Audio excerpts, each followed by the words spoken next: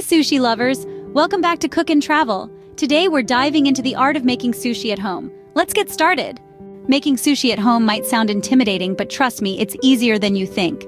Essential ingredients include sushi rice, nori sheets, fresh fish or your preferred protein, and veggies like cucumber and avocado. Don't forget soy sauce, and of course wasabi and pickled ginger for that authentic touch. The foundation of great sushi is perfect rice. Start by rinsing your sushi rice. Then cook it as per the package instructions. Finally, season it with rice vinegar, sugar, and salt.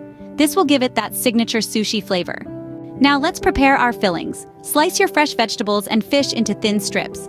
This not only makes your sushi visually appealing, but adds a variety of flavors. Having colorful and vibrant ingredients is key.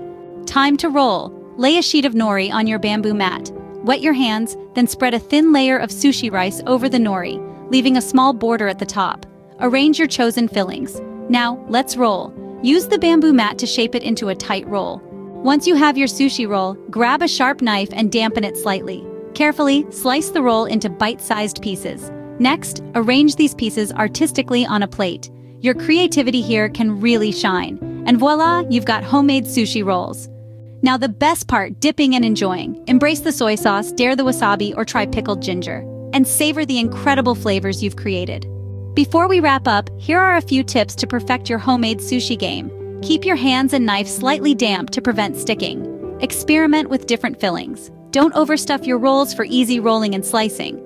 And there you have it, your guide to making delicious homemade sushi. Until next time, happy rolling from Cook and Travel.